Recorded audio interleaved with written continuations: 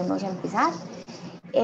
La sesión de hoy vamos a presentar los pósters que llevamos al Congreso Nacional Internacional de Oftalmología que se llevó a cabo el mes pasado de agosto de manera virtual. Estos pósters fueron realizados por Caterine Vega y Lina Guerra, residentes de oftalmología.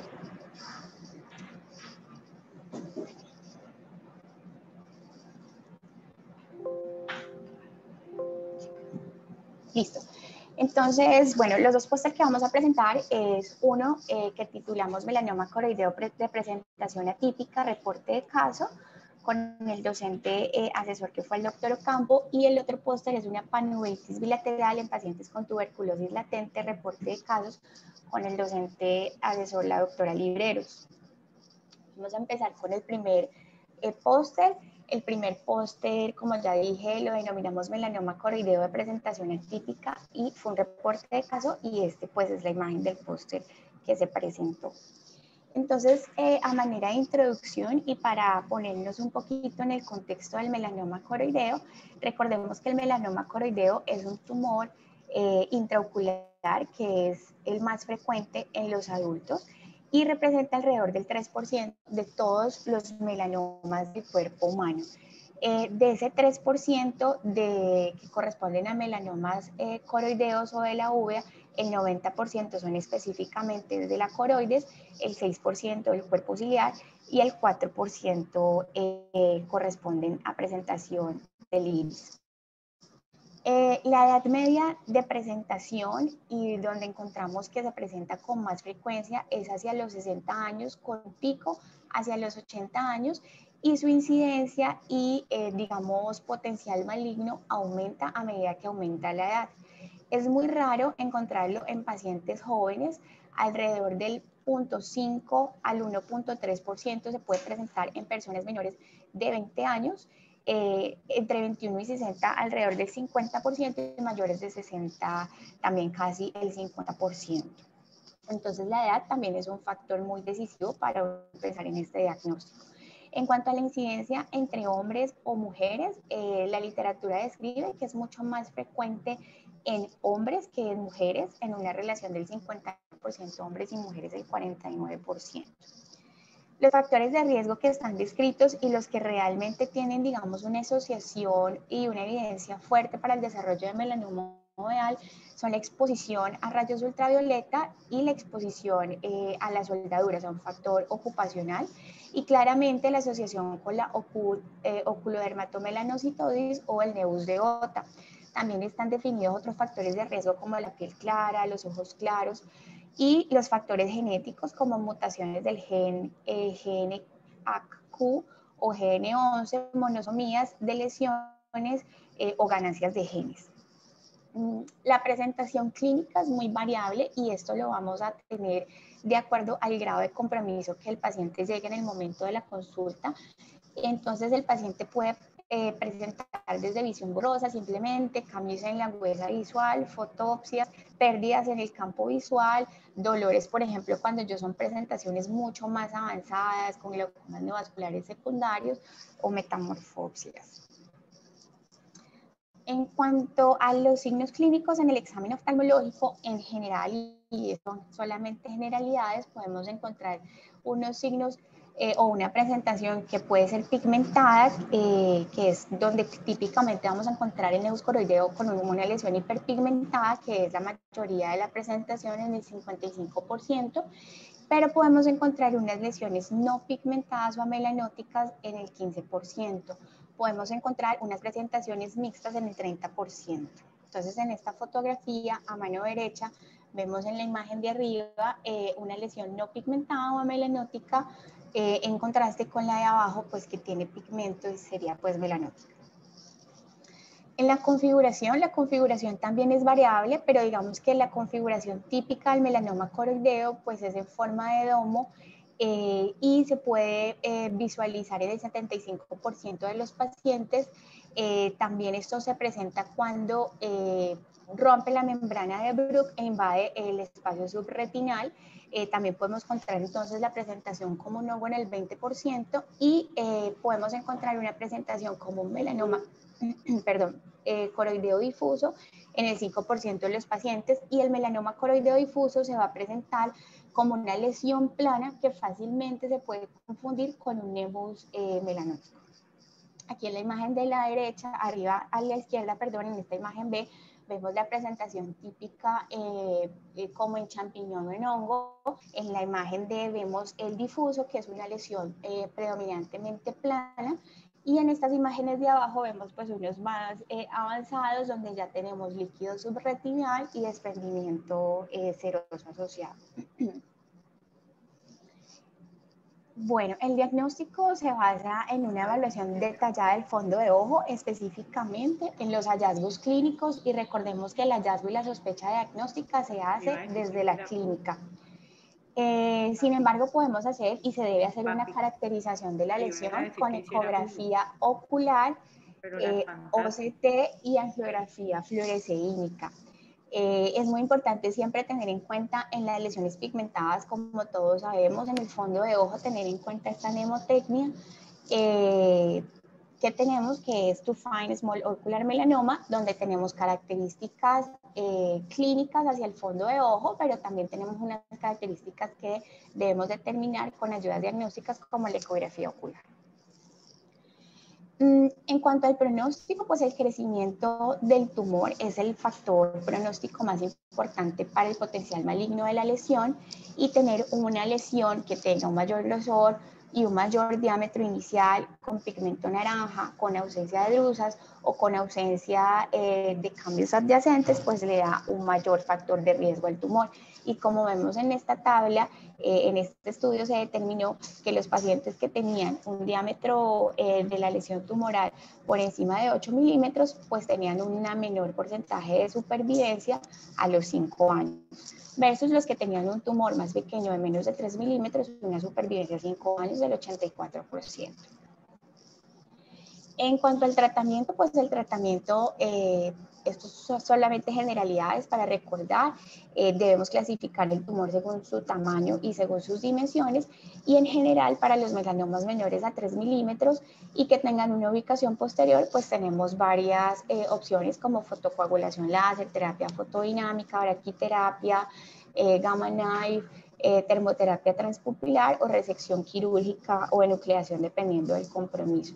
Y para los melanomas más pequeños, más grandes, mayores a 3 milímetros, pues la enucleación está indicada. Los tumores con extensión a la órbita y compromiso, digamos, en la órbita, pues es la exenteración. Entonces, ¿cuál era el objetivo que teníamos al presentar este reporte de caso? Pues describir un caso clínico de un melanoma típico, y enfocamos de manera típica por la edad de presentación. Vemos que el factor, digamos que dentro de todos los estudios está claramente reconocido que se presenta en los adultos mayores por encima de los 60 años, y es muy raro encontrarlo en personas jóvenes. Digamos que los hallazgos que inicialmente encontramos en esta paciente no nos hizo pensar en primera instancia, y de hecho antes de que ella llegara al hospital, pues no se le dio con certeza este diagnóstico, y pues era una paciente, como vamos a ver más adelante, que no presentaba ningún factor de riesgo de los que ya hemos nombrado. Entonces fue un estudio descriptivo tipo región de caso clínico. Entremos ya pues a describir el caso clínico. Es una paciente femenina de 31 años que consultó con un cuadro clínico de un mes de evolución de dolor ocular derecho y disminución de la agudeza visual. No tiene ningún antecedente personal, patológico, quirúrgico, alérgicos de importancia, y tampoco familiares. En el examen oftalmológico, en el momento en que tuvo su consulta acá en el hospital, el examen oftalmológico de su ojo izquierdo era totalmente normal, y en el ojo derecho, que pues era el que presentaba los síntomas, tenía una agudeza visual de movimiento de manos, una pupila de tamaño de 3 milímetros con un defecto pupilar aferente de 2 cruces. En la biomicroscopía tenía una conjuntiva normal, una córnea clara, cámara anterior formada, iris normal sin alteraciones de cristalino, tindal y células de 2 cruces, y no tenía rubeosis en el iris, y tenía una presión intraocular normal. En el fondo de ojo se encontró, tenía un disco definido con una excavación del 20%, tenía una imagen de un desprendimiento de retina seroso inferior bilobulado, con presencia de una lesión hiperpigmentada inferior central hacia temporal. El vitrio era claro, no había drusas perilesionales y tampoco había pigmento naranja. Esta es la fotografía del fondo de ojo. Entonces aquí vemos, es una fotografía color del fondo de ojo derecho, donde vemos un disco de bordes definidos con una excavación aproximada al 20, y lo que más nos llama la atención pues es el desprendimiento de retina seroso inferior bilobulado, con esta imagen hiperpigmentada, de una lesión hiperpigmentada hacia temporal con compromiso macular de aproximadamente unos 8 por 10 milímetros de longitud, sin drusas y sin pigmento naranja. Entonces, bajo estas imágenes y bajo la sospecha de que pudiera ser alguna lesión maligna, sin embargo, siempre que uno encuentra pues estas imágenes, antes de pensar en algo, pues también se deben descartar los procesos infecciosos e inflamatorios. Dentro de los paraclínicos que se solicitaron, entonces se solicitó una resonancia magnética cerebral y de órbitas. Esta resonancia, la de cerebro estaba normal, y esta es una imagen de la resonancia de órbitas con y sin contraste, y encontramos en la secuencia T1 y en la secuencia T2 una lesión ocupando espacio intraorbitaria derecha, donde se consideró como primera posibilidad diagnóstica un melanoma coroideo. Esta es la ecografía ocular derecha, donde encontramos un desprendimiento de retina inferior y una media periferia inferolateral que se proyectaba hacia el centro con forma de domo, pues muy característica del melanoma coroideo. Las dimensiones de esta masa por ecografía fueron 12.4 por 12.12 por 15 milímetros, bastante grande. Y ella también había llegado con un OCT, y el OCT mostraba un líquido subretinal claramente y un depósito subretiniano de lipofusina, como vemos en esta imagen. Entonces, ya pensando y habiendo descartado todos los procesos inflamatorios o infecciosos asociados a estos hallazgos en el examen oftalmológico, y ya habiendo encontrado los hallazgos en las ayudas diagnósticas, se consideró que la posibilidad diagnóstica pues era un melanoma coroideo, versus también, digamos, una metástasis intraocular. Se realizaron tomografía de tórax, abdomen contrastado sin lesiones, ecografía de mama bilateral normal, endoscopia y colonoscopia también normales, por lo que se descartó una, digamos, una metástasis intraocular con un tumor primario extraocular, y pues se hace pues el diagnóstico de melanoma coroideo. La paciente entonces es llevada por las características del tumor, el tamaño y pues por la naturaleza del melanoma coroideo a una enucleación diagnóstica y terapéutica, y el resultado de la patología confirma este diagnóstico que se hizo clínicamente de un melanoma con celularidad mixta que compromete la coroides, con un índice de proliferación celular KI 67 del 20%, y en la inmunohistoquímica las células mostraron fuerte positividad a los marcadores HMB45 y al melanA, pues que son bastante, digamos, sugestivos del melanoma. Entonces, la conclusión con este reporte de caso es que si bien el melanoma de coroides es un tipo muy raro y agresivo de melanoma, la incidencia en la literatura está reportada hacia los mayores de 60 años, con un pico a los 80 años, y es mucho menos común en la población joven. Por eso, digamos que en una persona como esta paciente de 30 años que consultó con estas lesiones, pues uno, digamos que de entrada no piensa en un melanoma coroideo. Sin embargo, también la literatura describe que los pacientes jóvenes pueden tener un poco de mejor pronóstico que las lesiones de este tipo en las personas mayores de 80 años. Y además este factor de que se presente en una persona joven podría retardar el diagnóstico y retrasar también el adecuado tratamiento en este tipo de pacientes jóvenes.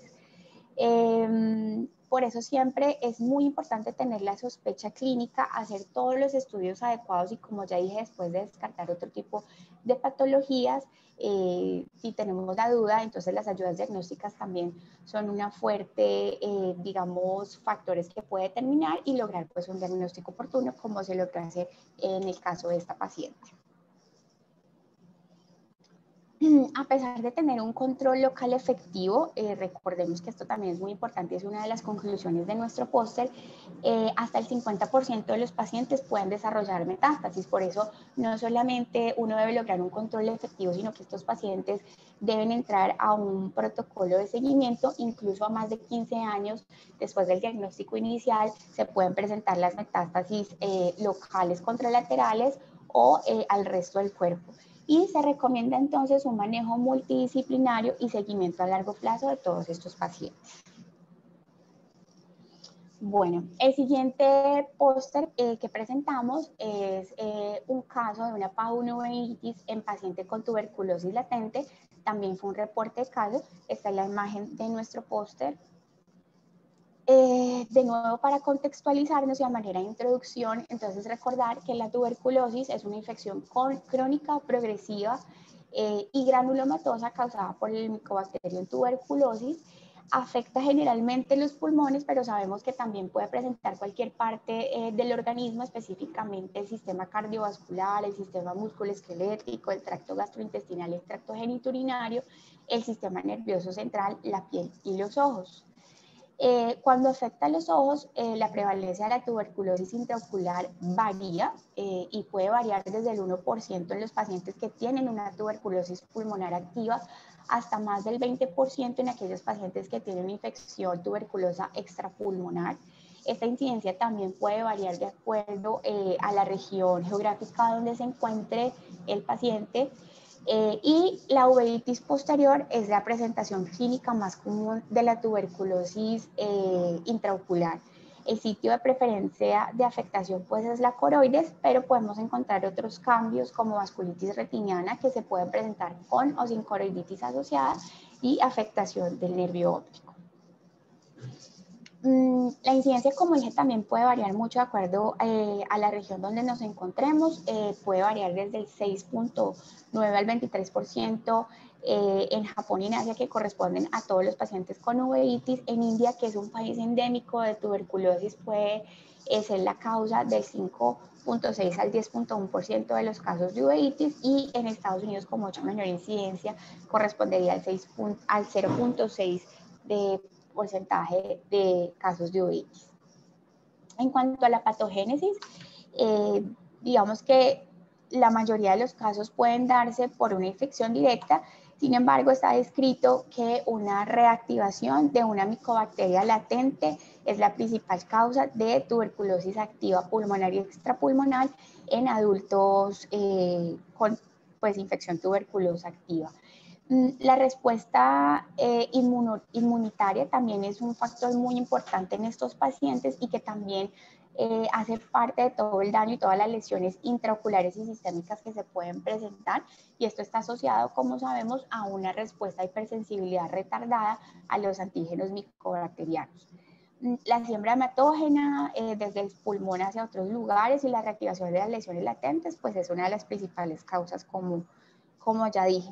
Entonces, en cuanto a la tuberculosis intraocular, digamos que de acuerdo a los hallazgos que podamos encontrar intraoculares y en el examen oftalmológico, se puede plantear una posible patogénesis. Entonces, por ejemplo, cuando encontramos alteraciones en el iris o granulomas, se ha dicho que puede ser muy posiblemente por infecciones directas, al igual que encontrar un tuberculoma en el cuerpo ciliar.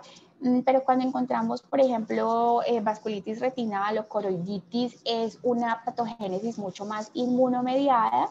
Cuando encontramos un tuberculoma coroideo, abscesos subretinales, endoftalmitis o panoftalmitis, pues ya es también más asociado a una infección directa.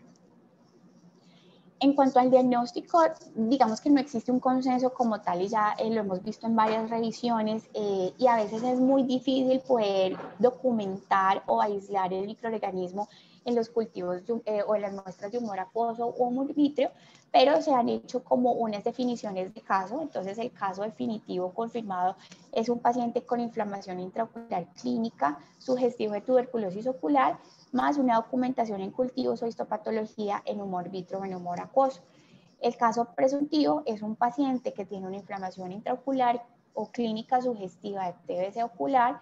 Se ha excluido otros diagnósticos etiológicos para este tipo de uveitis y se le ha documentado al paciente una TBC activa pulmonar o extrapulmonar y además ha tenido una respuesta positiva al tratamiento anti-TB. Y el caso posible de tuberculosis ocular sería signos oculares sugestivos de tuberculosis ocular con una PPD positiva o una interferón gamma positivo. Recordemos que la PPD tiene una alta sensibilidad digamos, para la tuberculosis más o menos hasta un 95%, pero tiene una especificidad un poco más baja, entre un 70 y 90, pero esta prueba podríamos hacerle un mayor rendimiento cuando la acompañamos con el interferón gamma. Entonces podríamos tener estas pruebas positivas en signos de un paciente con signos de uveitis ocular en ausencia de infección pulmonar o extrapulmonar activa. Ese sería un caso posible. En cuanto al tratamiento, pues también hay unas pautas establecidas en cuanto a cuándo empezar el tratamiento y la duración de esta terapia antituberculosa en este tipo de pacientes, pero sí es claro que el tratamiento disminuye el riesgo de una TBC activa de por vida entre un 80 y 90% en aquellos pacientes con una TBC latente, por eso es muy importante siempre ofrecerlo. Y además está demostrado que este tratamiento anti-TB podría ayudar a eliminar el compromiso o tener un compromiso mucho menos severo ocular. Como ya dije, pues parte de la patogénesis de esta enfermedad es toda la respuesta inmunomediada y por tanto los corticoides tendrían un lugar aquí. Se recomienda dosis bajas de 4 a 6 semanas, acompañado siempre del tratamiento anti-TB para limitar pues el daño en los tejidos oculares asociado pues a la respuesta de hipersensibilidad retardada. Entonces, ya describamos un poco el caso que tuvimos. Es una paciente de 21 años que consulta por un cuadro de una semana de evolución de disminución de la agudeza visual bilateral de predominio izquierdo sin tener otros síntomas asociados. En la revisión de síntomas por sistema, a esta paciente se encontró que 3 meses antes, al inicio de los síntomas oculares, había presentado cuadros de cefalea que se irradiaban a la región cervical y aparición de una masa cervical derecha. Estos cuadros de cefalea no se asociaban a déficit neurológico ni ningún otro síntoma. Esta es la fotografía donde miramos o donde evidenciamos la masa cervical de la paciente derecha. Y fue lo que inicialmente se planteó como una escrófula. Y recordemos que la escrófula es como un estado de morbilidad de los tejidos tegumentarios, de los ganglios e incluso a veces hasta el tejido óseo, y está asociado característicamente a una infección de los ganglios linfáticos por Mycobacterium tuberculoso, pero también se ha descrito con otras micobacterias atípicas. En el examen oftalmológico, entonces lo que encontramos a la paciente pues era un compromiso de la agudeza visual de ambos ojos, el ojo derecho movimiento de manos, el ojo izquierdo percepción luminosa, tenía un defecto pupilar aferente en el ojo izquierdo, la biomicroscopía tenía en ambos ojos unos presopitados retroqueráticos granulomatosos en grasa de cardero, tindal y células de una cruz y celular vítrea de 3 cruces. Al fondo de ojo tenía marcada vasculitis y arteritis generalizada y bolas de nieve. Esto es lo que acabo de describir. Esta fotografía a mano izquierda, vemos una foto de la biomicroscopía donde vemos los precipitados claramente retroqueráticos granulomatosos. Y en la foto de la derecha vemos una foto a color del fondo de ojo izquierdo, donde no sé si se alcanza a ver bien, pero en la flecha vemos cómo se marca, queremos resaltar la vasculitis que presentaba la paciente y con el asterisco los hallazgos de bola de nieve. Entonces, con estos hallazgos oftalmológicos y además sistémicos, al ingreso a la paciente se le empezó a estudiar y se pidió todo tipo de exámenes infecciosos, inmunorreumatológicos, Tengo una resonancia cervical siempre con contraste que mostró una gran masa a nivel cervical, a nivel de C2 y C3 para mediana derecha, una resonancia de órbita y cerebral normal, un perfil infeccioso negativo, excepto por una PPD que tenía un reporte de 12 milímetros. Tenía un perfil inmunorreumatológico negativo, una radiografía de tórax que reportó una imagen calcificada apical izquierda, un ecocardiograma TT, un Holter de presión y ritmo, un ecodoppler de vasos de cuellos normales. Y en la geografía fluorescénica de ambos ojos, lo que veíamos era una severa atenuación arteriolar en los 4 cuadrantes de ambos ojos, con unos puntos de atrofia focal generalizada, LPR también de ambos ojos. Durante la hospitalización, la paciente, mientras se encontraba pues, en todos estos estudios, presentó un mayor deterioro de la agudeza visual, incluso en el ojo izquierdo alcanzó casi, pues llegó a NPL.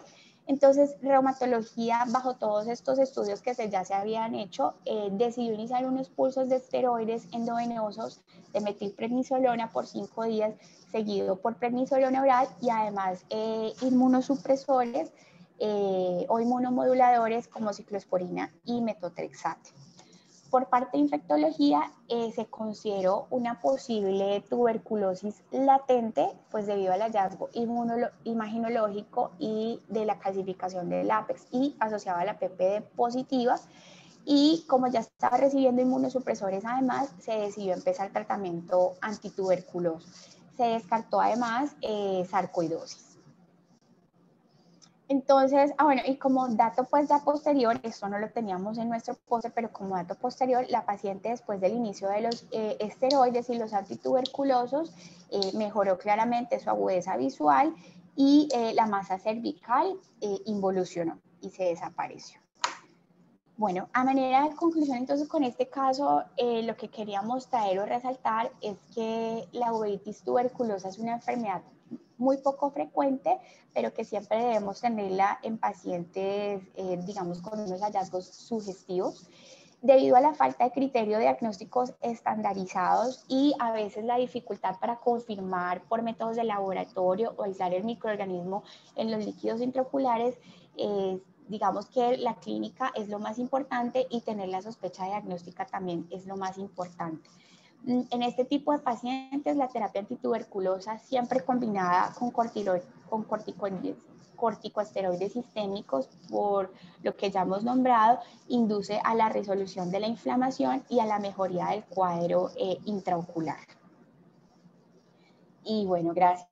Eso era lo que traíamos para compartir sobre los pósters que llevamos al Congreso Nacional. Entonces, si alguien tiene algún comentario o alguna pregunta al respecto.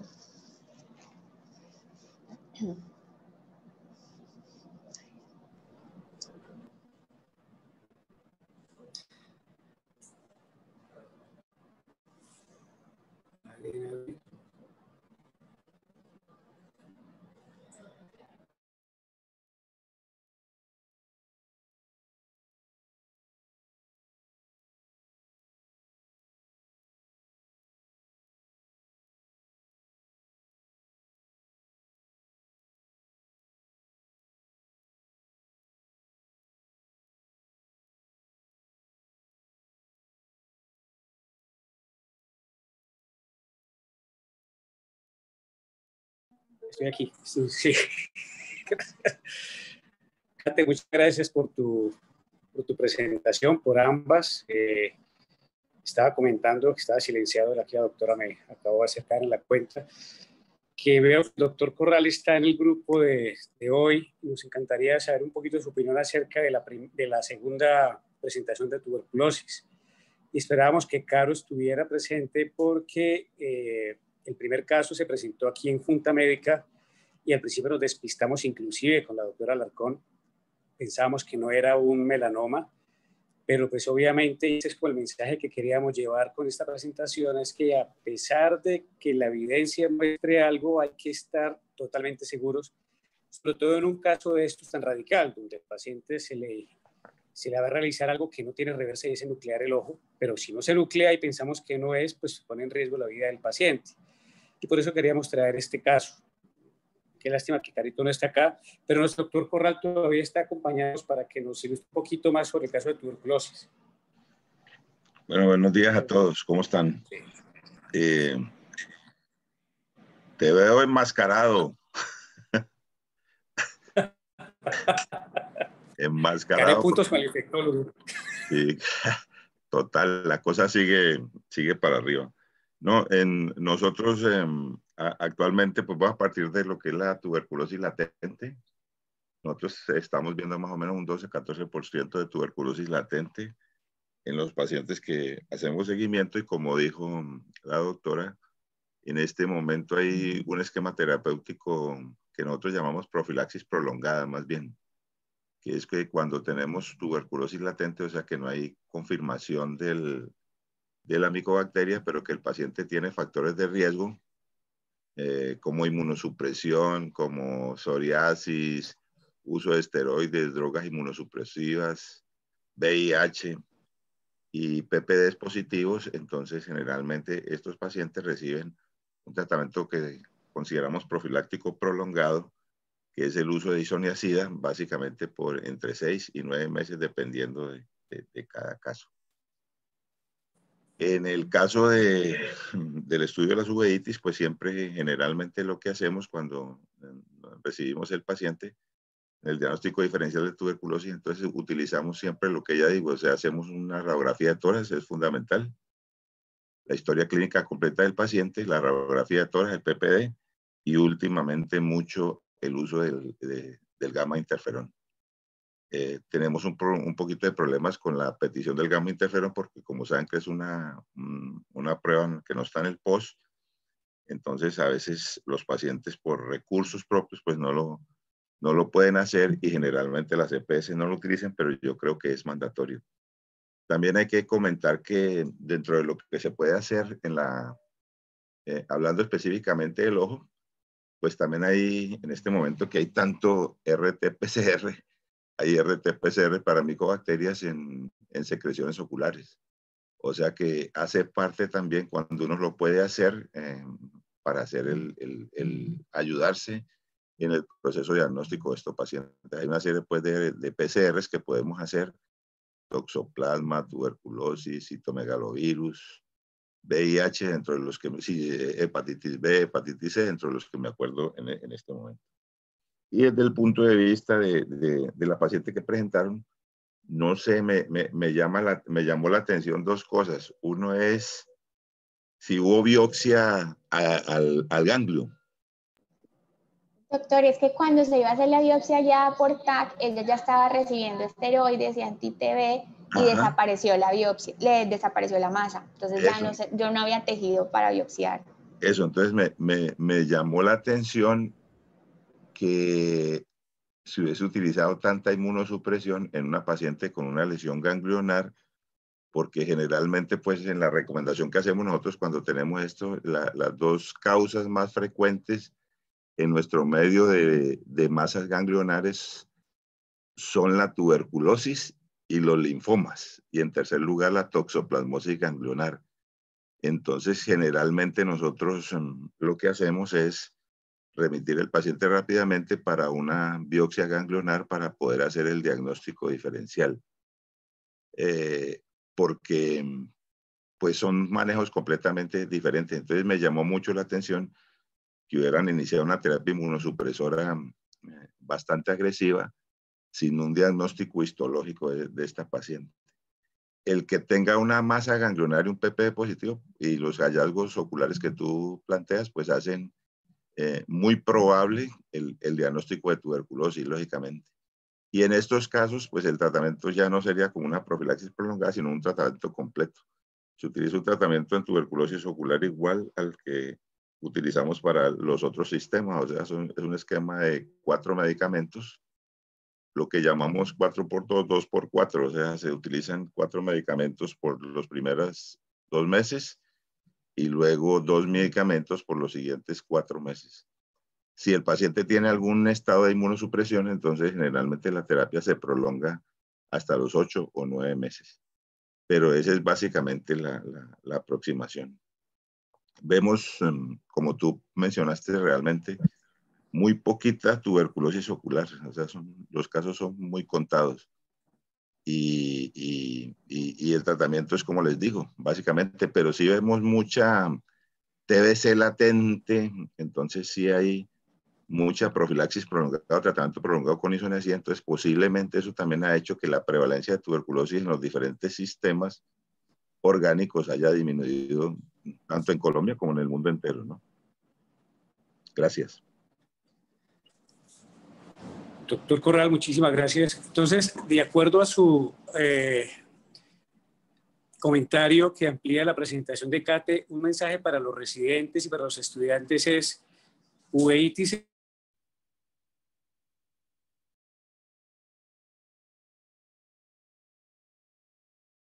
Se cortó tu...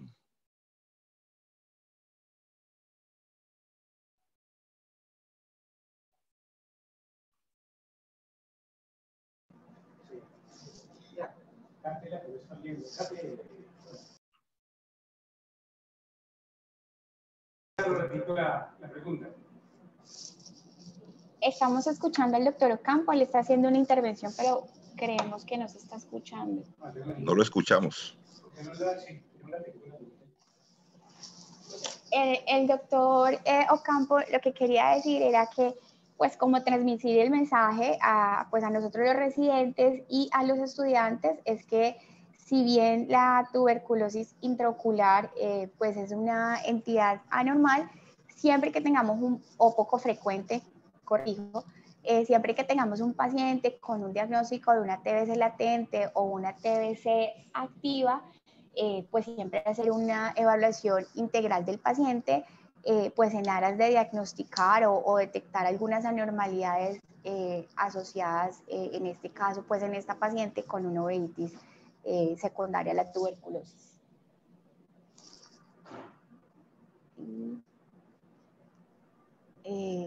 Bueno, no sé si alguien más quiere decir algo adicional, aportar algo más.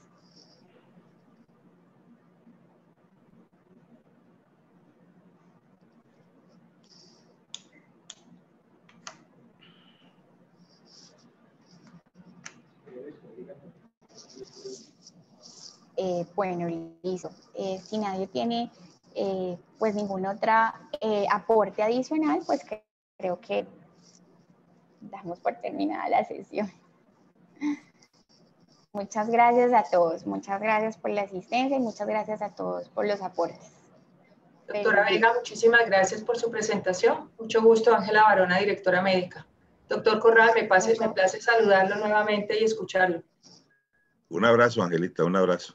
Un abrazo, doctor. Que tenga una buena mañana. Gracias, doctora. Igualmente. Muchas gracias, doctora. Hasta luego. Hasta luego. Chao, chao. Gracias.